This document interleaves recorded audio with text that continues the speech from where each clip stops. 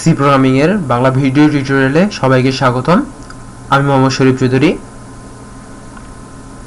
আজকের পর্বে আমি হোয়াইল লুপ নিয়ে আলোচনা করব।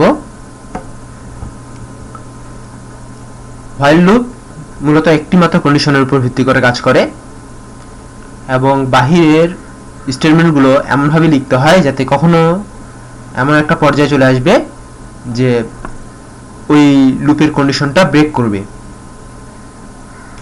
সো প্রথমে আমরা হোয়াইল লুপের বেসিক একটা স্ট্রাকচার দেখব।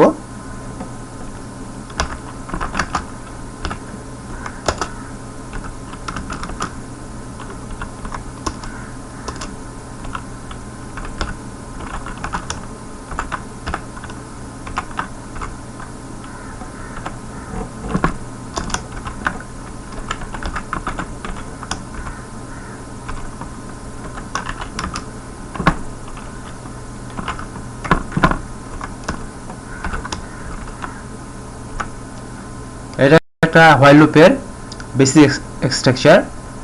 এবার আমি এই প্রোগ্রামটাকে রান করব।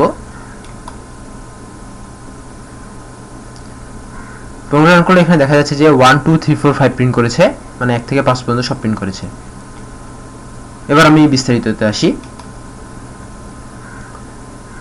প্রথমেই বলেছিলাম যে হোয়াইল লুপ শুধুমাত্র একটি কন্ডিশন নিয়ে কাজ করবে, মানে হোয়াইল লুপের কন্ডিশন থাকবে এবং আশেপাশে সবকিছু এমনভাবে স্টেটমেন্টগুলো লিখতে লাগবে যার ফলে কখনো এই স্টেটমেন্টটা ব্রেক করে, এই কন্ডিশনটা ব্রেক করবে এবং সেই জন্য লুপটা ব্রেক করবে।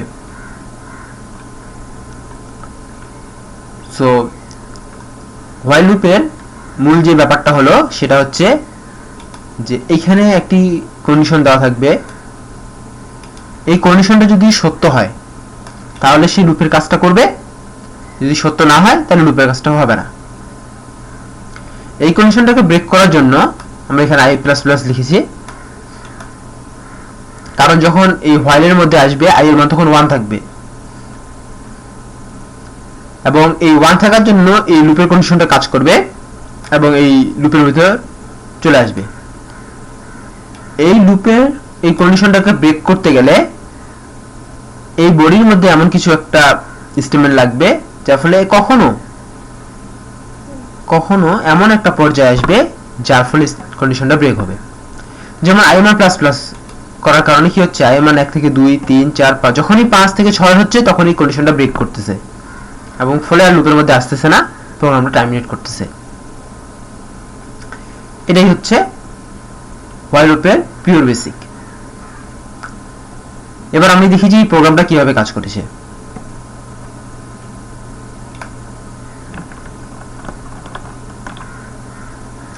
প্রথমে আমরা এখানে একটা ভেরিয়েবল ডিক্লেয়ার করেছি, সেটা হচ্ছে i, কারণ আমি এখানে শুধুমাত্র একটা ভেরিয়েবল নিয়ে কাজ করেছি। এবার এখানে হচ্ছে i = 1, অর্থাৎ i এর মানটা আমি ইনিশিয়ালাইজ করে দিয়েছি যে i এর মান হচ্ছে 1। এরপর লুপের ভিতরে একটা কন্ডিশন রয়েছে যেখানে বলা হয়েছে যে i এর মান যদি 5 এর থেকে ছোট হয় তাহলে লুপের স্টেটমেন্টগুলো কাজ করবে।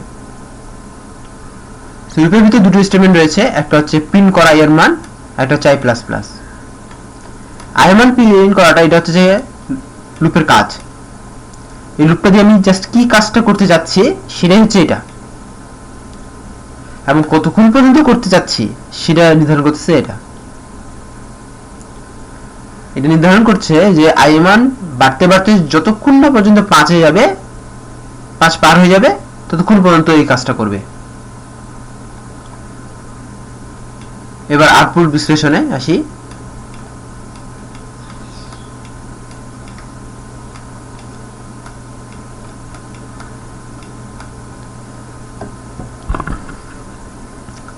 এখানে i এর মান 1,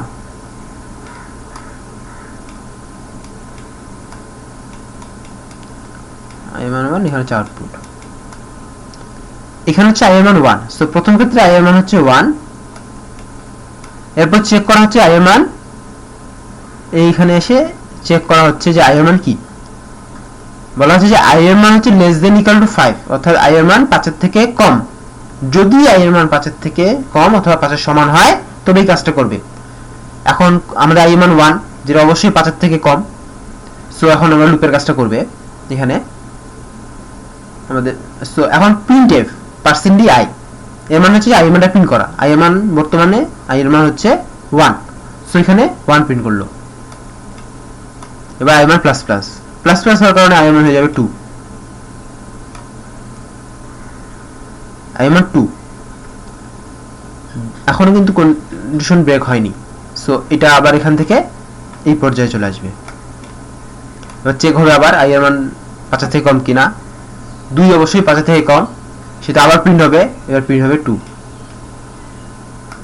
আবার i প্লাস প্লাস i এর মান হবে 3, আবার এই 3 মানটা এখানে চেক হবে, 3 লেস দেন 5 অফ কোর্স, সেহেতু প্রিন্ট হয়ে যাবে 3, i এর মান হবে 4, আবার চেক হবে 4 of course less than 5, so আবার প্রিন্ট হবে 4, তারপর হচ্ছে 5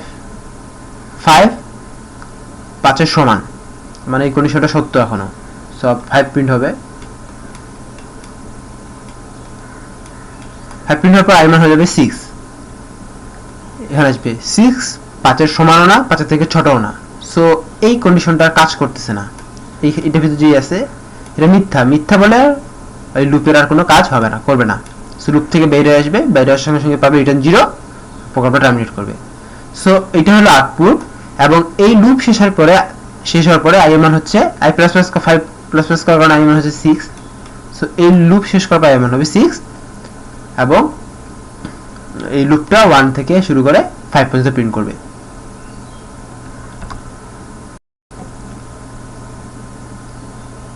গত পর্বে আমি দেখিয়েছিলাম যে ফর লুপ থেকে কিভাবে গো টু লুপে যাওয়া যায়, এখন আমরা দেখাবো কিভাবে হোয়াইল লুপ থেকে গো টু লুপে যাওয়া যায়।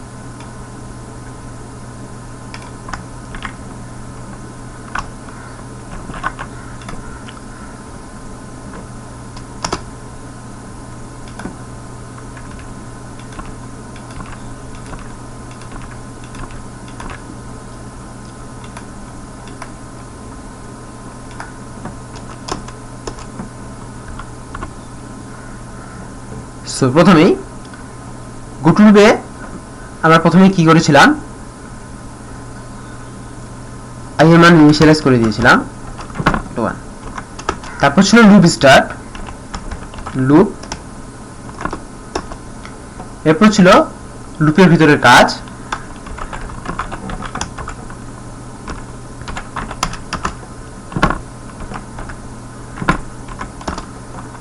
i প্লাস প্লাস এবং একটি কন্ডিশন,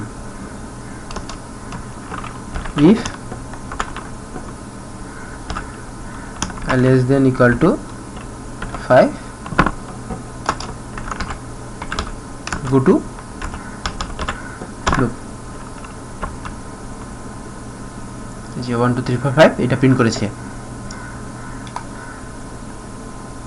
সো এই দুটো লুপের কাজ একই। এবার আমরা দেখব যে একই যেহেতু কাজ, সেহেতু কোথায় কোন অংশটা কিভাবে কাজ করছে। হোয়াইল লুপের ক্ষেত্রে একটা ব্যাপার, এটা হচ্ছে ইনিশিয়ালাইজেশন হয়েছে i এর মান, যেটা লুপে ঢোকার সময় ব্যবহার করা হয়েছে এবং আর কখনো এই পজিশনে ফিরে আসেনি, যেটা এখানেও রয়েছে, যে লুপে ঢোকার আগে শুধুমাত্র আগে এখানে প্রবেশ করে, এবং এর ফলে পরে আর লুপে যখন এখানে চলে আসবে তারা এইখানে কখনো আর আসবে না। এখানে একটা কন্ডিশন রয়েছে, যার জন্য এই কন্ডিশনটার ভিত্তি করে লুপটা চলবে। এখানে রয়েছে একটা কন্ডিশন, যতক্ষণ পর্যন্ত এই কন্ডিশনটা সত্য থাকবে ততক্ষণ পর্যন্ত এইখানে আসার সঙ্গে সঙ্গে লুপে চলে যাবে। একটা ইনক্রিমেন্ট ডিক্রিমেন্ট পর্যায়ে রয়েছে, যার জন্য এই কন্ডিশনটা কখনো কখনো ব্রেক হবে। এখানে রয়েছে একটা ইনক্রিমেন্ট ডিক্রিমেন্ট, যার জন্য কখনো একটা ব্রেক হবে, এবং এটা হচ্ছে কাজ, এই লুপের কাজ। লুপটা কি কাজ করবে? সো একটা মান নিয়ে i আসতেছে লুপের ভিতর দু ক্ষেত্রেই,